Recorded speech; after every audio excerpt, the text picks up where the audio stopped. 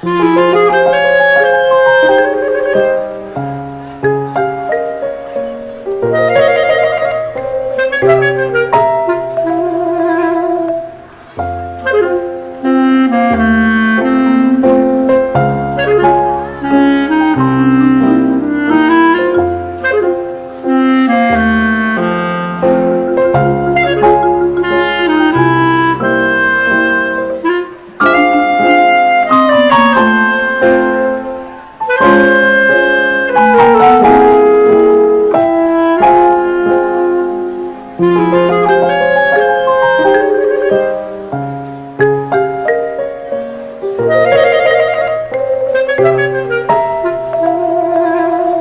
estos días, primeramente Jerónimo Pimentel, atendiendo obligaciones, tiene que estar con un joven valor, un escritor arequipeño que está dando una charla en estos momentos con Sandra Rossi, que se llama Mario Vargas Llosa, y luego Julio César el Diamante Uribe.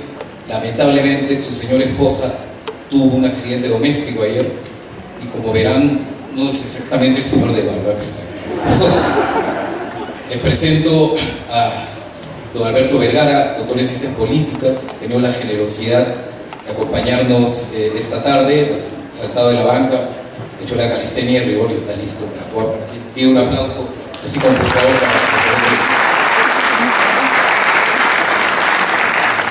nuestros otros invitados. José Carlos Irigoyen, al centro de la cancha, novelista, poeta, además de ser un gran escritor, es un eximio conocedor de fútbol y un memorioso peligroso, es de las personas que no olvidan nada. Y eso en el fútbol es un valor muy apreciado.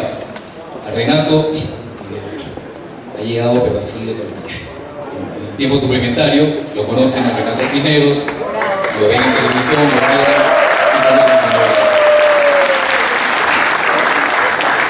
Y este servidor que va a hacer lo posible para que nadie se aburra esta tarde. Como compensación, ya les conté la mala noticia, la buena noticia es que vamos a regalar a las mejores 4 preguntas este hermoso libro que es una historia gráfica de los mundiales que publicamos por el comercio este año. El jurado acá serán los 3 panelistas, y por favor los libros de los panelistas los pueden encontrar acá, además se los llevan con la firma y el selfie de rigor. Vayamos al tema entonces. Las preguntas. El fútbol en el Perú es más que un deporte, ¿no? Es un drama, es una tragedia, es una épica, es telenovela también, puede ser literatura rusa. Lo hemos vivido, 36 años de espera, ha sido un corte transversal, generacional, emoción con la que hemos vivido las eliminatorias, que ha generado todo tipo de repercusiones a nivel social, incluso literario, ¿no? Los libros, como el libro de José Carlos, Con todo y contra todos, y la gran cantidad de publicaciones que han aparecido en este año. Y además nos pasó de todo, desde la temprana muerte de Daniel Peredo, la voz joven asociada al deporte, su narración inolvidable la tocó, un chiripazo que nos puso en el lugar ideal, los 3 puntos que nos dieron en mesa, reclamados además por nuestros queridos hermanos de Chile.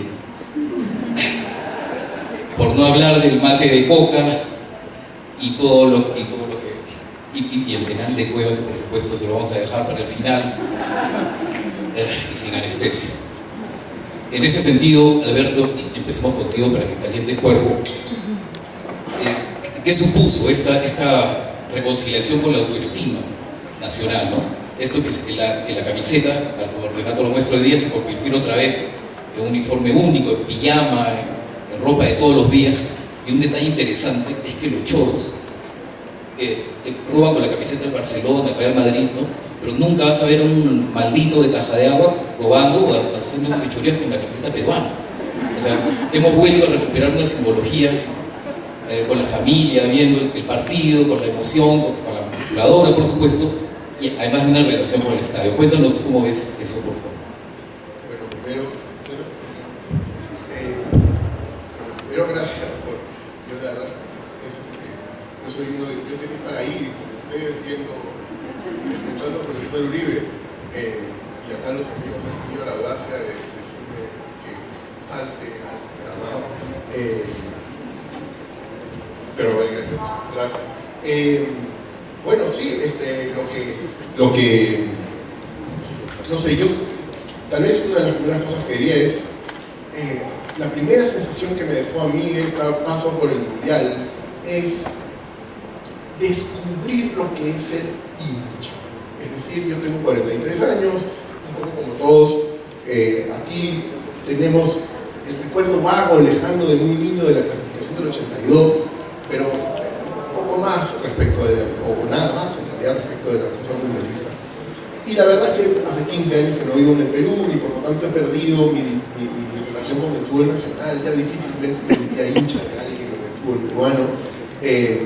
Y en estos 15 años que ya fueron tantas veces hemos visto la distancia en distintas ciudades, que los primeros partidos del mundial, ¿no? Siempre había un partido con Paraguay, luego iba con Chile, y terminabas en esta suerte de tortura diferida de 2 años en los cuales el equipo nunca deja de estar, nunca está completamente eliminado, nunca está, siempre está al borde, siempre estamos viendo los números, lo matemáticamente posible, el anticipo de la tristeza, ¿no?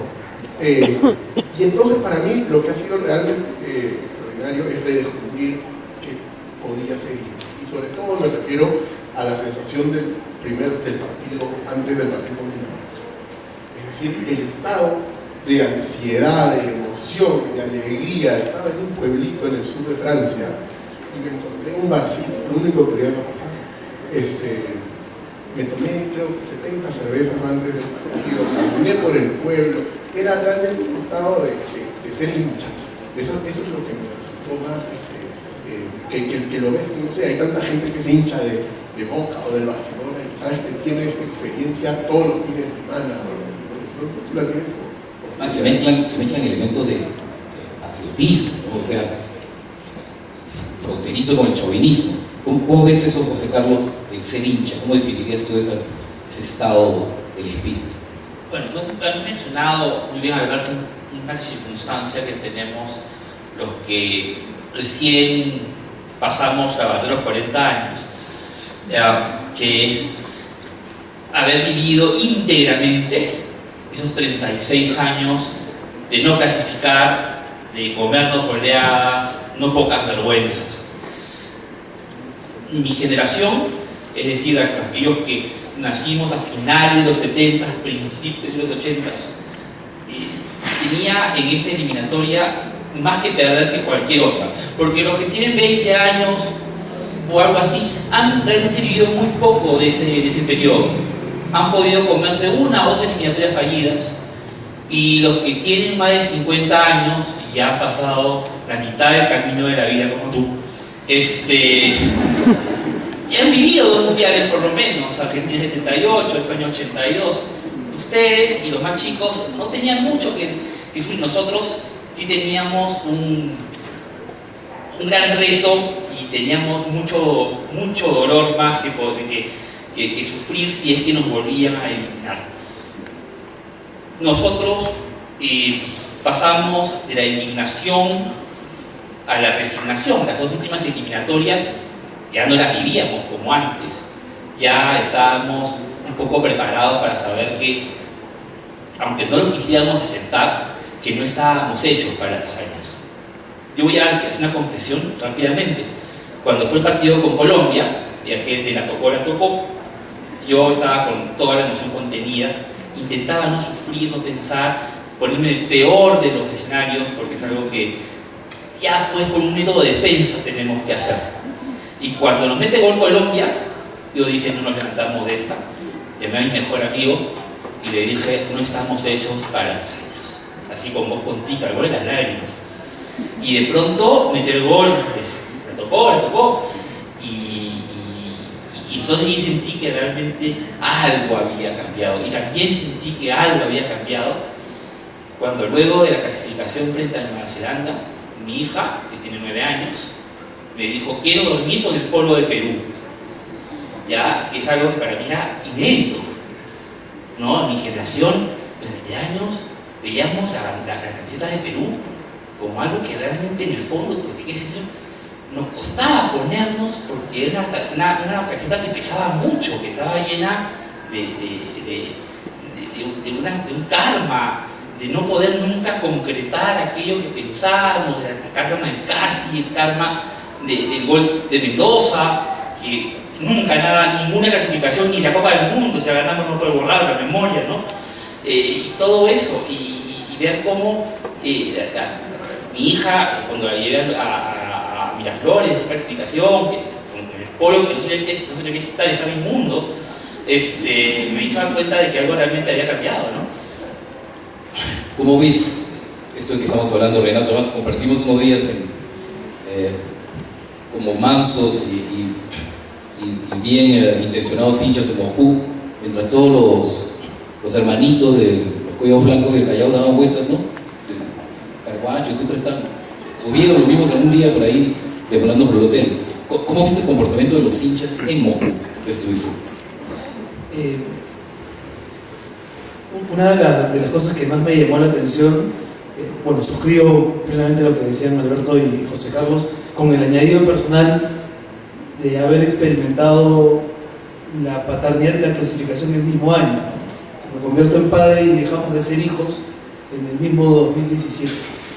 Y en Rusia lo que más me impresionó, y fue una cosa que al principio solamente me llamaba la atención, pero luego me pareció que componía una nueva actitud, era la manera en que los peruanos se sentían identificados solamente por reconocerse por los colores, ¿no? Esto que decía José Carlos, ver a la distancia a alguien con la camiseta de Perú. Cuando un peruano sale al extranjero, lo normal, lo típico, lo histórico, es que no quieres cruzarte con ningún peruano. De hecho, percibes un peruano en las inmediaciones y haces todo lo posible para mantenerlo lejos.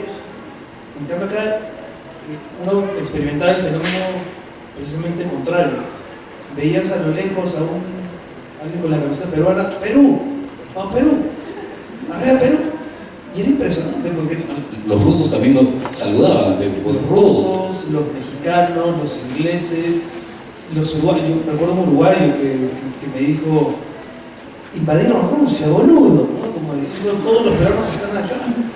Y es increíble porque lo que en el Perú suele ocurrir es que nos discriminamos a partir de preguntas clave, ¿no? ¿Cómo te apellidas? ¿Dónde estudias?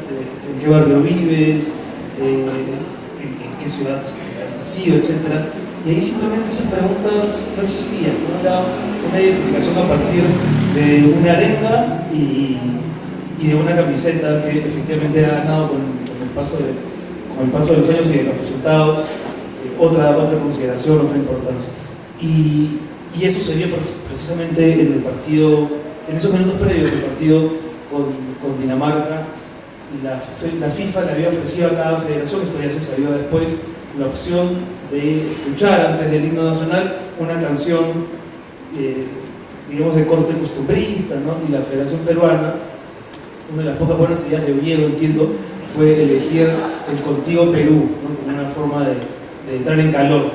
Y la verdad es que yo nunca había visto, todos hemos cantado esa canción en una peña, una reunión familiar, y de pronto eso era el estadio de Saransk, una gran reunión familiar donde 35.000 peruanos estaban a punto de ver su selección, el equipo ni siquiera estaba en la cancha. Y vendían cerveza, más que una novedad. Claro, y la gente lloraba, yo creo que lloraba evidentemente no solamente porque estábamos de regreso, sino por la crisis que habíamos superado con el terrorismo, por la crisis económica, por la inflación, por todos los que no estaban. A mí me impresionó mucho ver a un chico agitando una bandera que decía viejo y llegamos.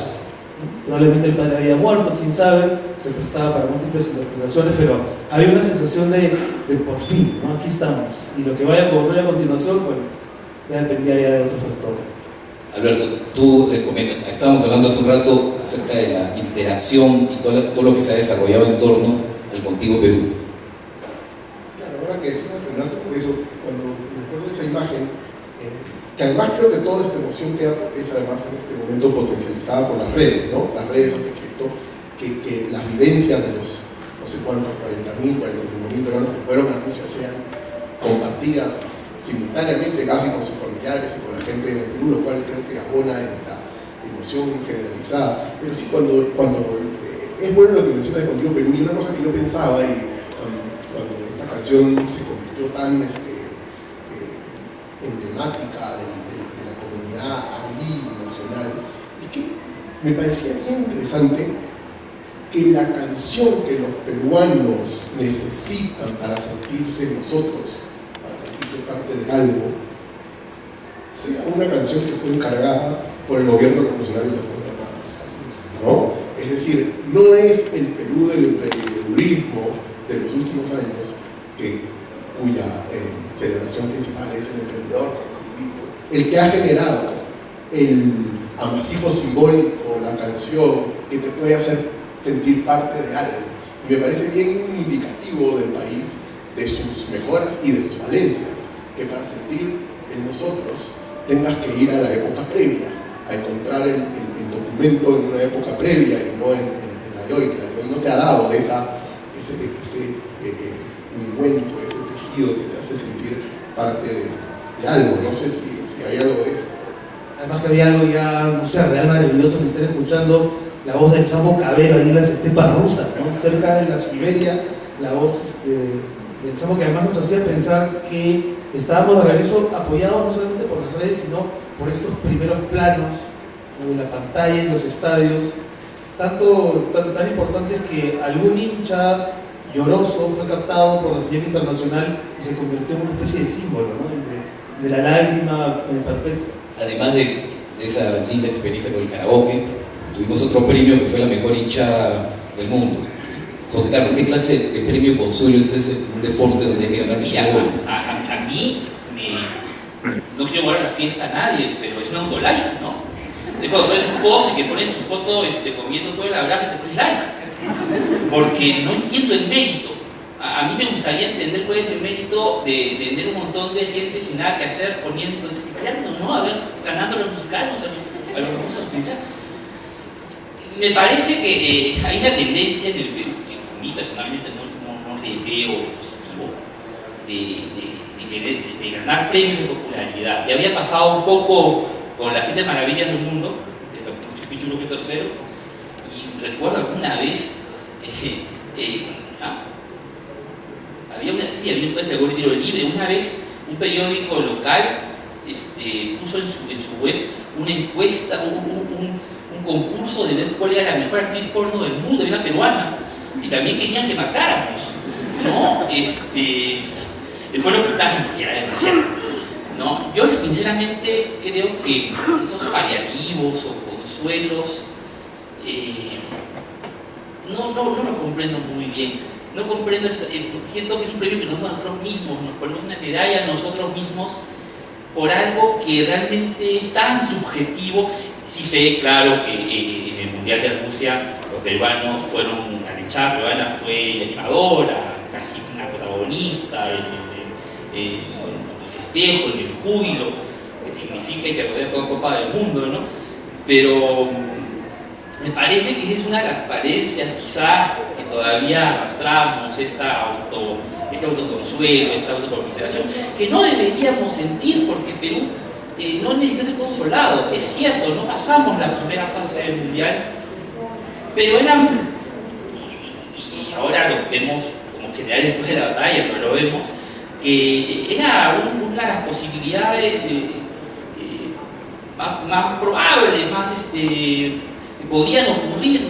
Perú era un equipo que, a diferencia de 1982 o que Argentina 78, llegaba como un equipo realmente chico y sin estrellas. Las estrellas peruanas, ¿quiénes eran? Guerrero y Farfán, que son esas personas de 34 años, en el cenit de su carrera futbolística, y los demás jugadores, y recuerdo muy bien un ataque en el comercio, era la elección número 28 de las 32 en costo económico por jugador.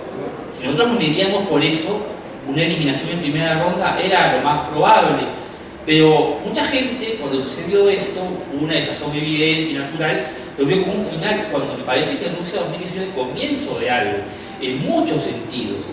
Y la primera cosa importante por la que no deberíamos sentirnos apesadumbrados ni buscando consuelos virtuales es que la próxima selección peruana que salga a la cancha en Bogotá o en Barranquilla, en el primer partido de eliminatoria para Qatar, va a salir sin la pesada mochila de 36 años en clasificación mundialista. Y eso es un montón. Esa barrera psicológica que nos impedía concretar nuestras metas, o esa meta al menos, ya no existe. Y algo que me parece muy positivo es que jugadores e hinchas en ese sentido ya no tienen la autoestima en el piso con la que comenzábamos, aunque no lo quisiéramos aceptar, cada eliminatoria más o menos desde 1990, ¿no? Y eso me parece que ya es muy importante. Ahora, quizá lo que revele el compromiso del hincha más que la estadística del like sea el surgimiento de algunos personajes, ¿no? El israelita, por ejemplo, tipo que aparece como una suerte de enviado, de candidato del FREPAP, ¿no? Ahí en Rusia, y que abandona a su familia, que con el paso... Más me parece primero en la videna, se alquila un techo y está con la bandera ahí con un vigía. Y después la historia fantástica de este hincha reportada, una historia reportada por el portal Infobae, un chico que se mete a comprar entradas, que necesitaba estar en Rusia por un tema, no sé, muy personal, y encuentra que ya no hay entrada. Y que las únicas entradas disponibles eran las que correspondían a aquellos que tenían alguna disminución, alguna limitación física, una discapacidad, ¿no? Y se mete al link para ver cuáles son las discapacidades contempladas por FIFA y descubre que obesidad mórbida es una de ellas. Y engorda 25 kilos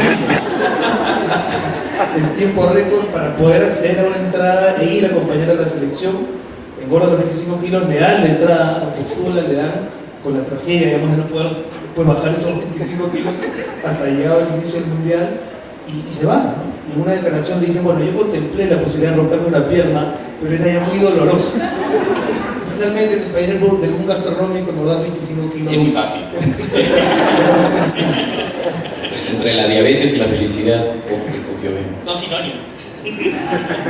Mencionemos al ausente, Julio César el Diamante Uribe. Él vivió en el Mundial de España 82, lo que José Carlos tal vez nos puede hacer recordar, y preguntarte al respecto si en un momento Pizarro, recuerda que empezó a insistir para que fuera convocado, no estaba a punto de convertirse en Cubillas de esta selección. La diferencia es que Pizarro nos quería que lo lleváramos al Mundial. Cubillas nos llevó a dos, por lo menos. Esa es la primera diferencia entre Cubillas y Pizarro.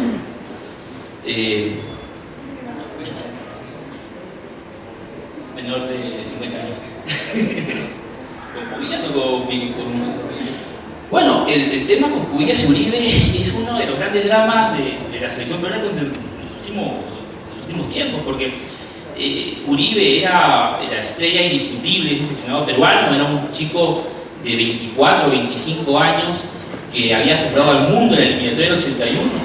Había deslumbrado no solamente por sus goles, que fueron imprescindibles para ir al mundial, sino por un juego que lo hizo merecedor de un premio, que no lo recuerdo ahora, de la FIFA, que lo configuró a ser el tercer mejor jugador de Sudamérica después de Maradona y de Zico. Y cuando le preguntaban a Uribe, ¿y por qué hace tercero? Él dijo, porque ellos tenían mejores entrenadores que yo. Porque algo que nunca le ha faltado a Uribe, y me parece muy bien en un país donde la gente a veces tiene poco concepto de sí mismo, es enorme concepto y muy merecido además que tenía Uribe. Uribe alguna vez dijo que su mayor ídolo no era Pelé, era Mohamed Ali.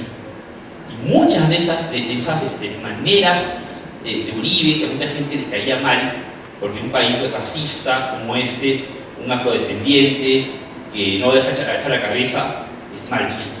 Y Uribe siempre se negó a bajar la cabeza. Y eso yo creo que lo honra, tanto más que su juego.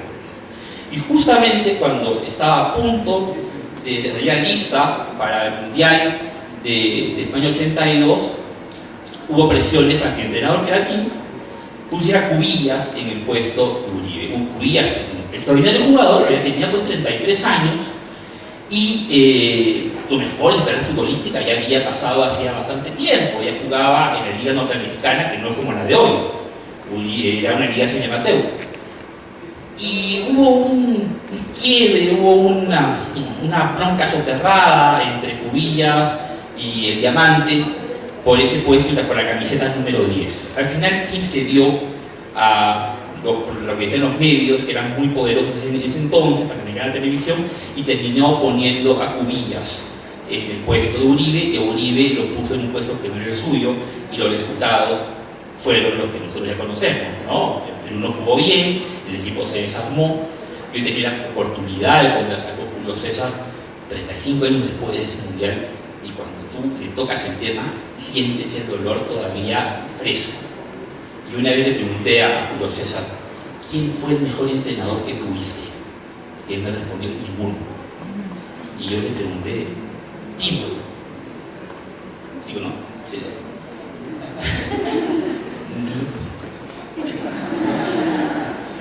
No fue justo, fue todo lo que me dijo, no fue justo.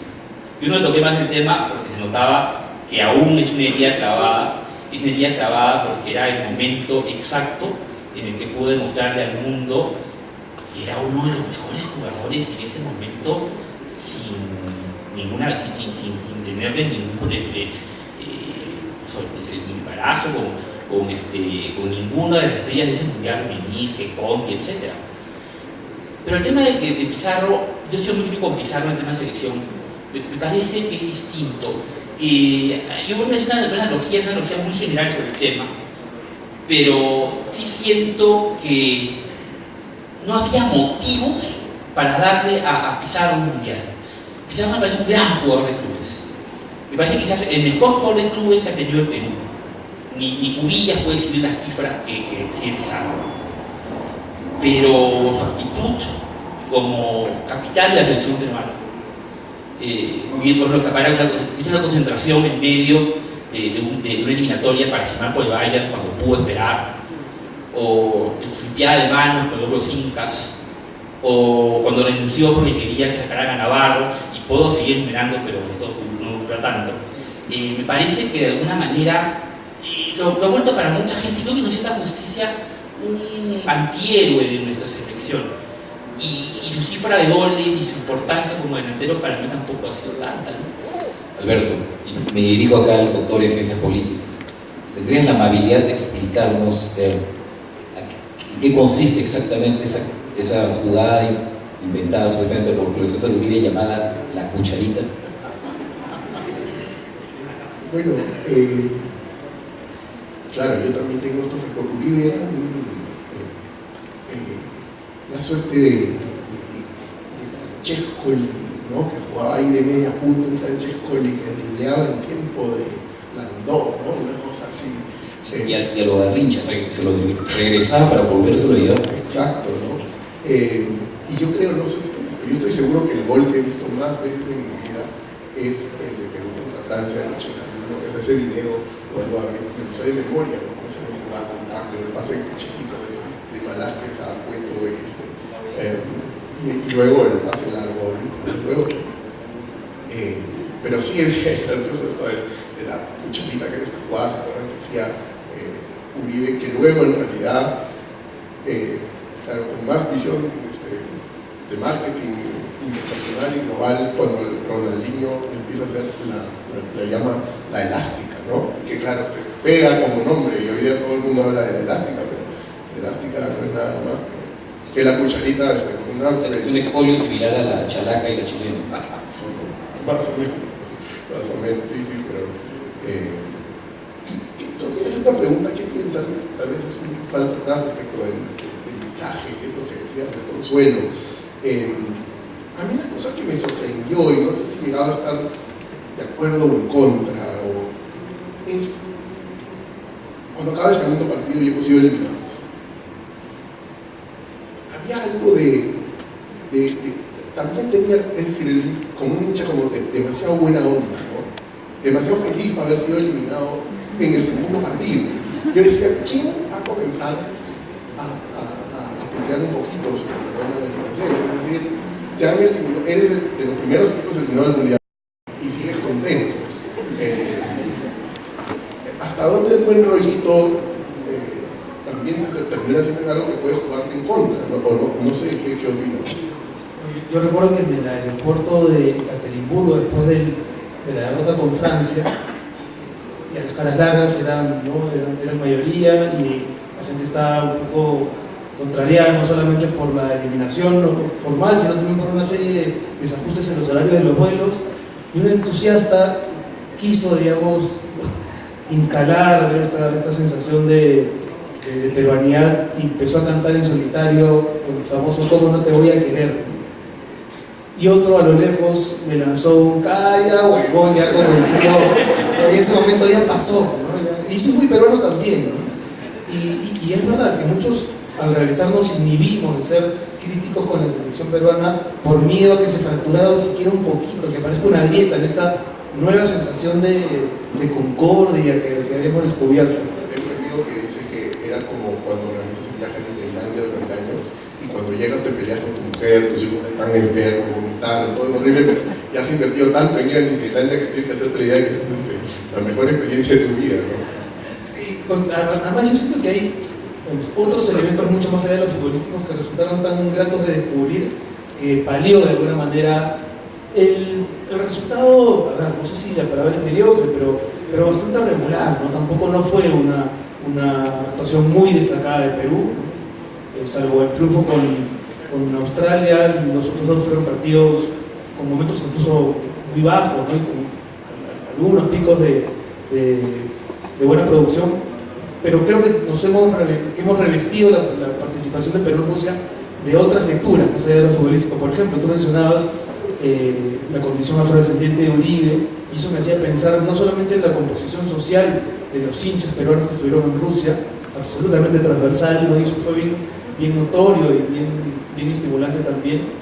Había gente absolutamente de todas las extracciones, pero también el equipo peruano era un equipo con un elemento dominante de condición afrodescendiente, donde los Advíncula y los Carrillo, ¿no? terminaron siendo figuras, y en un país que ha aprendido a problematizar el tema del racismo y la discriminación en los últimos años, era también importante ver que en la selección de fútbol, que a todos nos merecía respeto, también podía de alguna manera colocar ese tema en discusión. Ahora, yo creo que había una suerte de bipolaridad en el hincha. Se crearon y donde se metieron confundidos delincuentes comunes, contrarrevolucionarios y homosexuales. Cristianos. Bueno, yo creo que cristianos, así también, eso no recordaba yo. Pero yo estaba vinculado con un grupo que se llamaba El Puente, que era un grupo de artistas muy jóvenes, pintores, músicos, bailarines, bailarinas. Había un muchacho peruano allí, Rodolfo Nostroza, peruano, un poeta peruano, muy joven y brillante poeta. Y gracias a ello conecté con estos muchachos. Y eran chicos muy identificados con la revolución, y es verdad que muchos de ellos eran homosexuales y que tenían la idea de que la revolución no solo iba a cambiar las cosas, acabar con la explotación, crear un mundo de justicia, sino que además las minorías sexuales iban a recuperar, digamos, una presencia, un protagonismo en la vida social de Cuba. Bueno, muchos de esos fueron a campos de concentración, hubo suicidios entre ellos. Y yo me acuerdo haber tenido la primera crisis política con el socialismo, con el comunismo, a partir de ahí. Tanto que le escribí una carta. Interesante. Ahora, además en Corea del Norte y en Cuba, ¿dónde más están prohibidos tus libros? ¿Cómo? Además en Corea del Norte y en Cuba, ¿dónde más están prohibidos tus libros? Bueno, es verdad, ya cuando mi ruptura con Cuba sé que se prohibieron los libros, pero en un momento dado fue clarísimo que Cuba había optado por un socialismo soviético, un modelo que era autoritario, profundamente represor, totalmente intolerante, con toda forma, digamos, de discrepancia. Y entonces pues, sobrevino la ruptura, pero para mí fue un periodo dramático, realmente muy dramático, como seguramente es el que viven los curas que cuelgan el hábito, ¿no? De pronto se sienten un poco perdidos en el mundo, y yo me sentía así un poco perdido. Y a mí me salvaron muchos de estos autores que aparecen en esta libro. Empecé a descubrir que había un pensamiento que era muchísimo más práctico, más efectivo para conseguir cambios sociales, sin sacrificar la libertad, creando oportunidades para todos, no imponiendo un tipo de igualdad económica, no, porque eso solamente se consigue a través de la violencia, a través de la represión, pero sí creando unas oportunidades en las que a través del trabajo se podía alcanzar no solo la supervivencia, sino sobre todo la prosperidad. Yo voy a ahora ir un poco a la historia.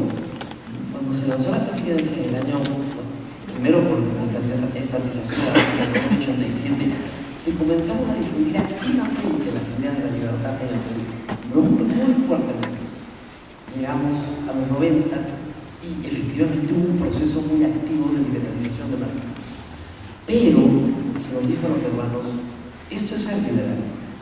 No nos hablen de derechos humanos, no nos hablen de libertad de asociación, no nos hablen de libertad de creación, no nos hablen de libertades en general. Eso no, solo libertades económicas. Bueno, esa ha sido pues, la gran mentira y el gran fraude.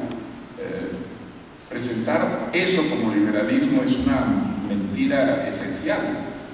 El liberalismo es la libertad, y la libertad es la legalidad, es tener una legalidad que se respete, la igualdad ante la ley. Sí, es ese tipo de igualdad que los liberales queremos que exista en toda sociedad, pero lo que no puede haber es igualdad de ingresos sin crear un sistema absolutamente dictatorial, en el que además tampoco hay libertad de ingresos, porque la nomenclatura siempre obtiene unos privilegios que están muy lejos, realmente muy lejos de lo que es eso que tú llamas la masa y que te produce todo.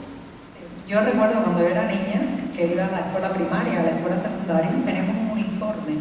Esa era la manera de decir, todos somos iguales, ¿no?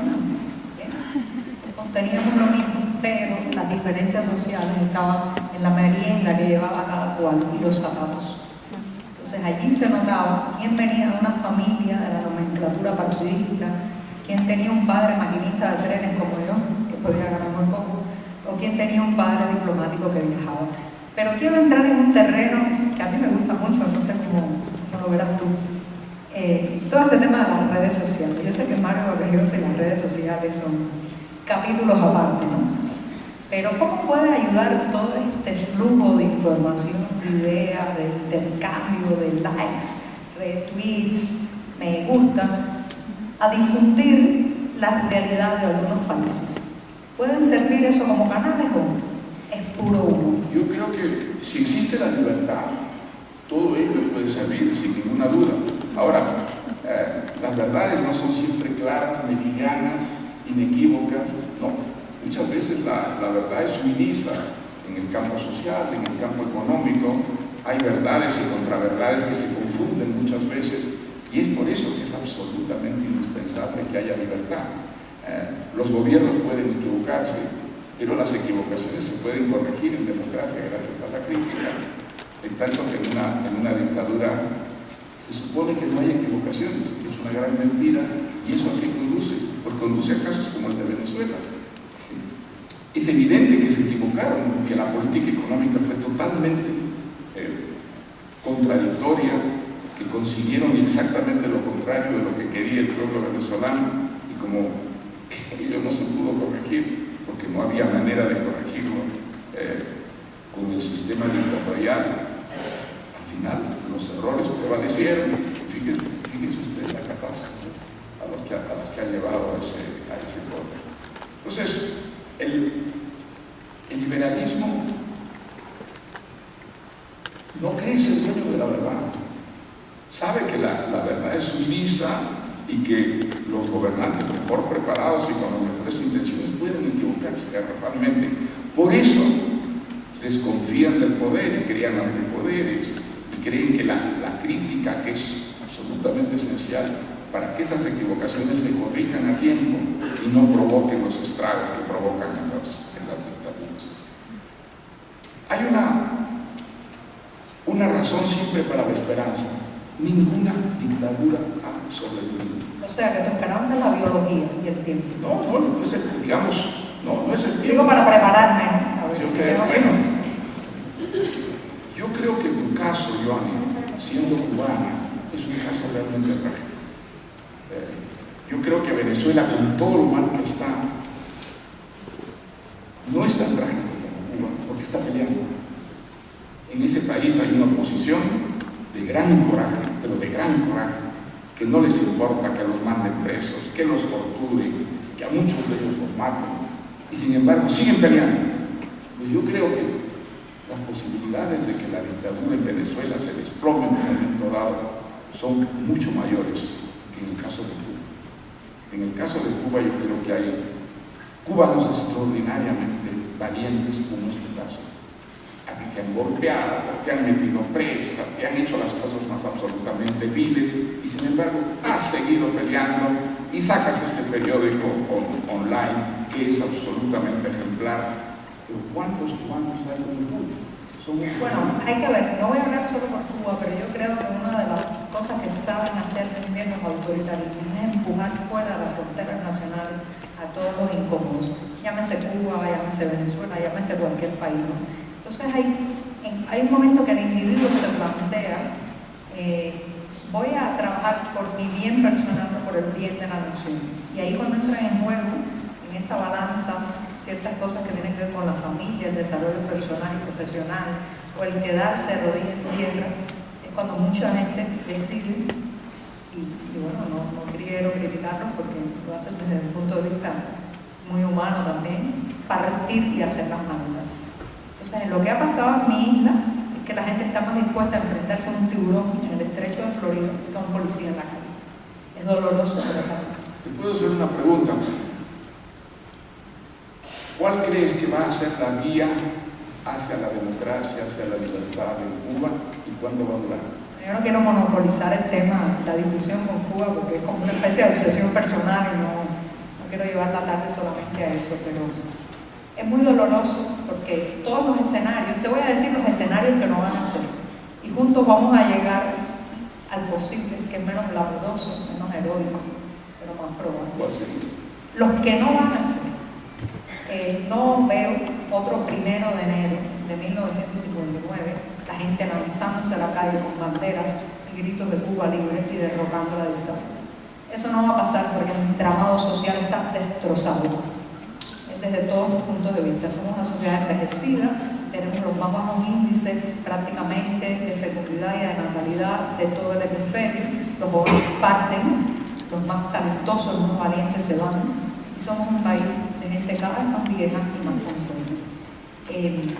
Y por otras razones más, cada cual tiene instalado a la policía en la cabeza, yo te vigilo, tú me vigilas, nosotros nos vigilamos y así es muy difícil organizar algo.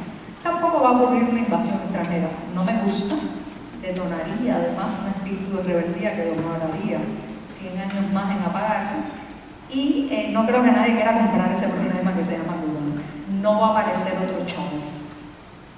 Lo que ocurrió en 1998, cuando Cuba estaba languideciendo económicamente de la madrastra Unión Soviética y caímos en manos de la madrastra venezolana, a la que le chupamos todos los recursos hasta convertirla en la ruina que es ahora, lamentablemente. Eso no va a ocurrir, nadie quiere comprar ese paquete. No va a ser China, no va a ser Rusia, no va a ser Irán. Tampoco va a ocurrir que los propios jerarcas del partido digan nos hemos equivocado, hagamos la autocrítica, vamos a tomar esta otra senda. Lo que va a ocurrir es más gris, más desteñido, pero quizás menos sangriento, que es el apagarse lentamente. Miraremos hacia atrás y dirán, ha cambiado, se morirán. Si la vida no nos ha hecho la broma de la inmortalidad, creo que no, que pasaremos página biológicamente. Y entonces en un momento los jerarcas del partido sacarán sus trajes de empresarios, echarán a dormir los trajes de verde oliva y pactarán con el afuera. O sea, aparecerá un Gorbachev. Ay, Gorbachev. Yo creo que tendremos un Yeltsin que beba menos.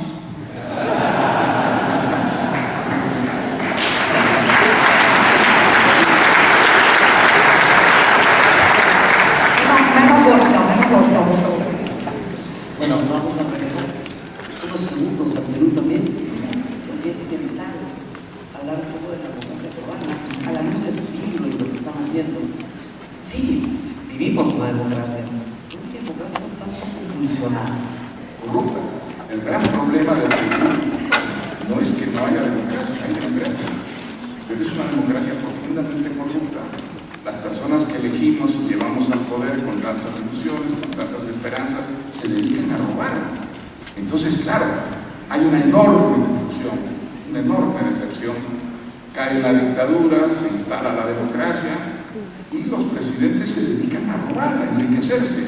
Entonces, ¿cómo no va a estar profundamente decepcionado el pueblo peruano? O el pueblo pide cierre usted el Congreso. Sabemos que la democracia, la división de poderes, el Congreso es necesario, pero las instituciones No es una solución cerrar el Congreso. Claro. Es optar por la vía insurreccional que nos ha traído las catástrofes que hemos vivido. Hay que elegir mejor a los congresistas. No es posible que elijamos a congresistas que son incompetentes, que son muy poco honestos, y que el Congreso sea el gran obstáculo para el progreso del país. Entonces, ojalá en las próximas elecciones no repitamos el error de elegir un Congreso continuista.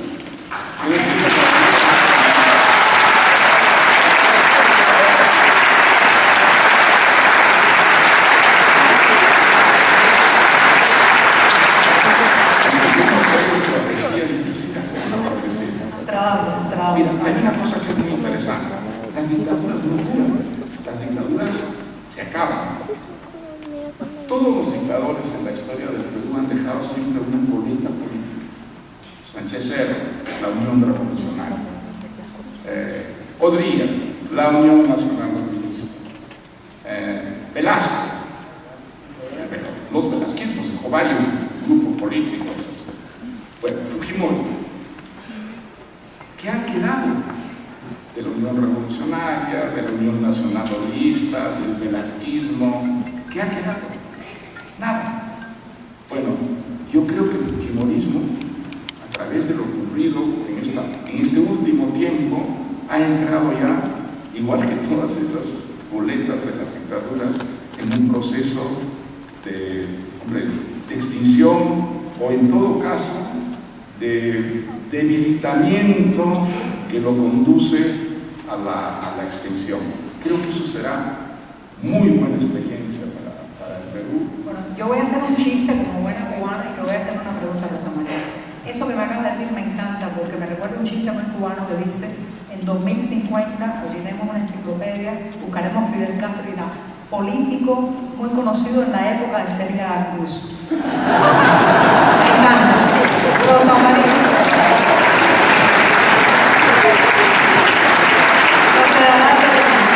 Rosa María, ¿es el periodismo y la prensa un fusible, una medicina contra el populismo? Bueno, acá en el Perú tenemos muchas tareas. Lamentablemente la debilidad institucional peruana, si tuviéramos buenos congresos, buenos congresistas, si tuviéramos instituciones muy sólidas en la presidencia, o el sistema judicial que es casi anárquico del Perú, los periodistas no tendríamos tanta tarea. Pero hoy tenemos mucha tarea, porque todo el tiempo tenemos que estar explicando cosas tan básicas como la Constitución. Pero tenemos cosas positivas, Rosa María. Tenemos fiscales y jueces que de pronto están mostrando una gran independencia, un gran coraje y que están marcando.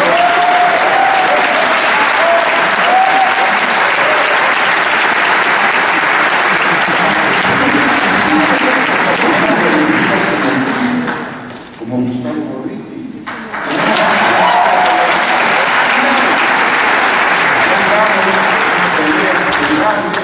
Y poco a poco estaban muy aislados, pero están cada vez menos. Cada vez hay un mayor número de peruanos que entienden que esa labor que ustedes han hecho ha servido fundamentalmente para sacar a la luz la profunda corrupción que tenían nuestras instituciones. Cuando ocurren esas cosas en una sociedad, hay esperanzas, sin ninguna duda. Entonces, creo que los peruanos no tenemos derecho a ser pesimistas.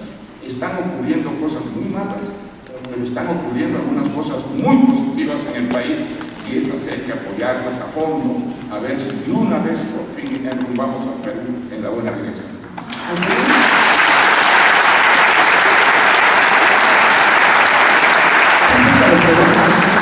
Cosas pésimas para que salgamos adelante. Son un alma de bolero. Tienes que llegar al final y caer como inflación para detestar, ¿no es cierto? Bueno, en el primer gobierno de Alan García casi vivimos esa hiperinflación. Estuvimos al borde del abismo y retrocedimos a tiempo. De todas maneras, que tenga duda, yo le ofrezco un paquete turístico de un mes con mercado racionado, vigilancia, policía incluido, y voy a aprender mucho en ese tiempo. Bueno, el libro, para regresar a él un minuto, es muy optimista. Sin embargo, los pensadores escogidos no eran muy optimistas. Algunos sí vieron sus ideas triunfar, como Popper, Hayek, pero otros, sí, pero otros muy pesimistas respecto al futuro de la democracia y de la libertad. Ellos creían que el socialismo iba a triunfar. Probablemente porque no vieron la caída del muro, algunos de ellos murieron antes. Sin embargo, el autor es muy optimista. Bueno, es que es difícil no ser optimista. En nuestro tiempo hemos visto cosas que parecían imposibles. La caída y desaparición de la Unión Soviética. La conversión de China, que era un modelo para los extremistas, en un país capitalista, con una dictadura muy dura, por supuesto, pero un país capitalista, donde hemos visto triunfar en el campo económico, en ninguna parte. En el campo económico el socialismo ha sido el fracaso más rotundo. Entonces, ¿cómo no creer que la democracia es el modelo a seguir? Ahora, la democracia, desde luego, puede venir acompañada de una corrupción terrible. En América Latina lo estamos viendo, hoy día democracias, pero la corrupción es un cáncer de las democracias. Ahora, la democracia no es comodidad, sino combate. Hay que defenderla y lucharla cada día. Sí, el que se quede acomodado detrás de una pantalla, dando un like en Facebook, piensa que así defiende la democracia, poniendo una etiqueta en Twitter, diciendo, sí, voy a votar y ya nada más. Yo creo que ese le hace un flaco favor a la democracia. Mira, una cosa que es importante, Joan, por primera vez en la historia, los países pueden elegir en nuestra época si quieren ser prósperos o quieren ser pobres. Eso antes en el pasado era muy difícil que un país pudiera elegir si era un país débil, si era un país sin recursos. Pero hoy en día un país puede no tener ningún recurso y convertirse en un país próspero muy rápidamente, con sacrificios, por supuesto. Yo creo que eso debería, hay muchos ejemplos, son ejemplos muy concretos que están allí. Yo escribí un artículo no hace mucho tiempo sobre el caso de Singapur. Es un caso que a mí me impresiona muchísimo, ¿no? Es una democracia muy perfecta, desde luego, pero es un país que era muy pobre, casi miserable, hace 30 o 40 años, y hoy día es un país donde no hay pobres. Es uno de esos países donde no hay pobres. Eso me alegra por Singapur y me entristece por Cuba, porque ahora mismo estoy en el equipo y tengo que llevar sal y azúcar para mi país. Imagina, vivo en una isla que es la azucarera del mundo. Tengo que importar sal y azúcar. Fíjate, en los años 50, Cuba... Se lo digo a las autoridades aduaneras por si me están escuchando. El polvo blanco es sal. Digamos, Cuba tampoco tiene derecho a ser pobre. Hoy día no hay países que tengan derecho a ser pobres. Los países, si hacen las cosas bien, pueden convertirse en una o dos generaciones en países prósperos, o por lo menos países con muchas esperanzas. Creo que esa es la ilusión que debería dar a los países del tercer mundo, el ímpetu necesario para perseverar en los buenos modelos. Los modelos están ahí, ¿no es cierto? Y entonces no tenemos derecho a equivocarnos como se equivocaron los venezolanos 5 veces votando por Chávez. Una pregunta sobre el libro. Yo no regreso al libro. Me dijeron que tenía que hablar de Creo que estás una y otra vez. ¿Por qué todos son europeos? No hay un solo americano. Pues mira, yo iba a poner a Carlos Rangel. Al final leí y releí a Carlos Rangel. Me pareció que era injusto, en cierta forma, con estos pensadores, elevarlo a Carlos Rangel, que fue un periodista brillante y muy valiente, al estatus que tienen estos pensadores, que contribuyeron muchísimo a enriquecer, digamos, la doctrina liberal. Pero yo lo digo en el prólogo, hay algunos latinoamericanos muy admirables que han dejado, digamos, huella en el campo de la cultura democrática, solo que a mí no me influyeron de esa manera decisiva en la que me influyeron. Y no hay mujeres, todas son esposas de... Bueno, pero digamos, No había. yo acabo de Eso fue antes rendirles un de gran mí. homenaje a ustedes. Creo que las mujeres tienen que dar una batalla, tenemos que dar una batalla para que exista verdaderamente una igualdad entre las mujeres y los hombres, sin ninguna duda.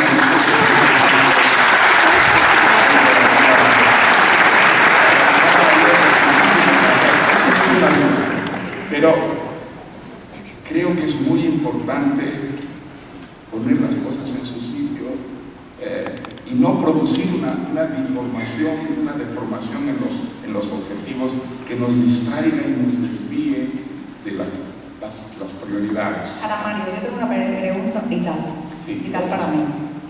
Rosa María lo decía muy rápidamente, pero hace 25 años, buscando un libro tuyo, yo encontré el amor de mi vida con el que llevo 25 años juntos. Yo estaba buscando un libro prohibido, me dijeron, hay un periodista que lo tiene, subí 14 pisos por la escalera, el ascensor no funcionaba. Encontré a este hombre expulsado de los medios oficiales, me prestó La Guerra del Fin del Mundo, forrada con una página del periódico Grano. Y ahí se cerró la unión, 25 años, un hijo juntos. Después me graduó de la universidad, se me ocurre hacer una tesis sobre la literatura de la dictadura y casualidad sacas tú La Fiesta del Chile. La incluyo en mi tesis y por poco no me gradúo. Entonces, te tengo que preguntar, ¿qué estás tramando literariamente para saber cuál es el próximo cataclismo que vas a provocar en mi vida?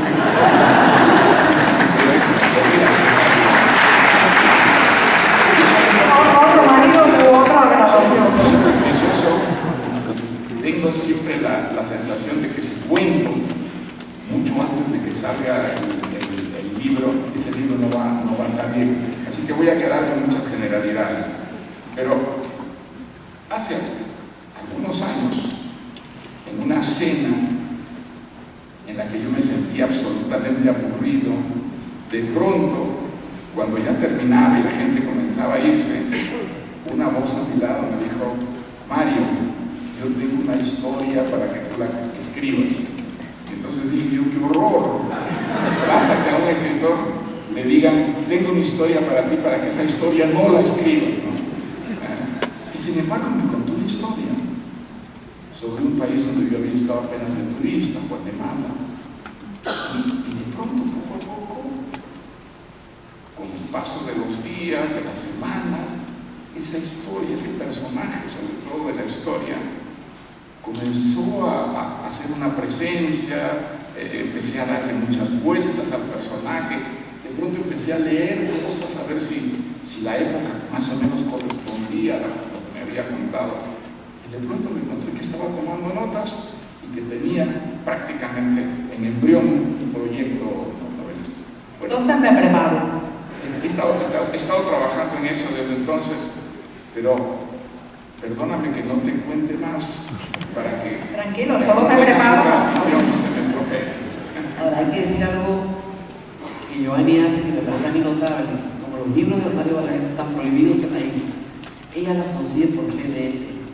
Y yo le dije: ¿has leído Bendita tecnología? Me dijo: claro, bendita la tecnología. Y esa es la maravilla hoy. Ella puede acceder a lo que está prohibido porque no hay forma de controlar la Bueno, redes. déjame preguntarle eso o sea, los cubanos pueden hoy día, gracias a la tecnología, leer lo que quieren. No exactamente, pero recuerda que nosotros somos un pueblo entrenado en buscar todo lo prohibido, racionado y censurado. 60 años de entrenamiento. Entonces, ahora mismo no tenemos acceso a internet desde las casas ni de los móviles, pero hay al menos 500 zonas wifi a lo largo del país, donde una hora de internet cuesta el equivalente a $1, el salario promedio mensual es de $30, ya se imaginarán. Pero la gente tiene un sentido muy colaborativo, esto que se llama ahora economía colaborativa, nosotros lo habíamos inventado hace muchos años, que es que el que logre conectarse chupa y comparte. ¿Ves estas ojeras que tengo aquí?